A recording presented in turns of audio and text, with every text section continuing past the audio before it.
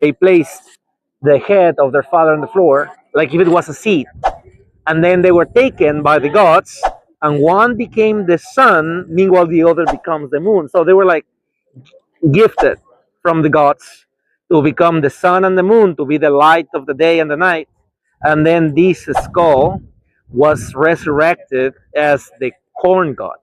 So once the sun and the corn god were around, now is when you have finally corn growing from the ground. White corn and yellow corn were the new material used by the grandmother of these twin brothers.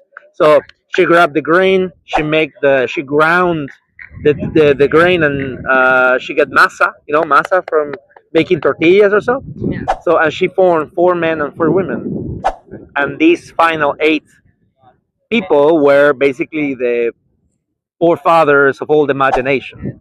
So when we talk about the Mayas, this story and this whole court is related to this story. So when we talk about the Mayas ball court, so this isn't like a sport necessarily. This isn't like a just like something to entertain. Yeah.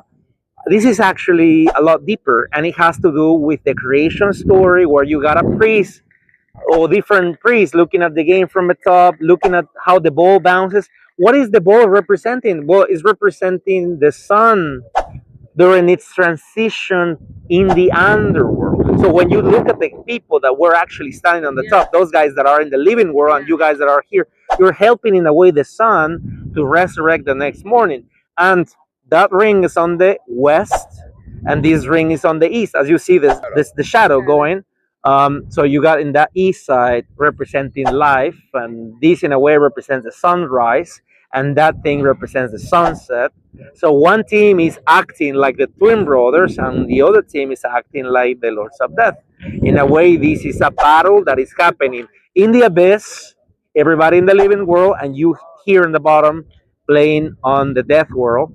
And the idea is to help the sun resurrect, and at the end, like in the story, there's an offering.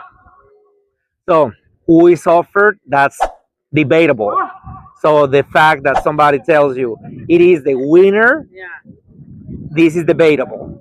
First of all, because we don't have anything written on the panels. Let me show you the panels here. This idea that the winner is decapitated was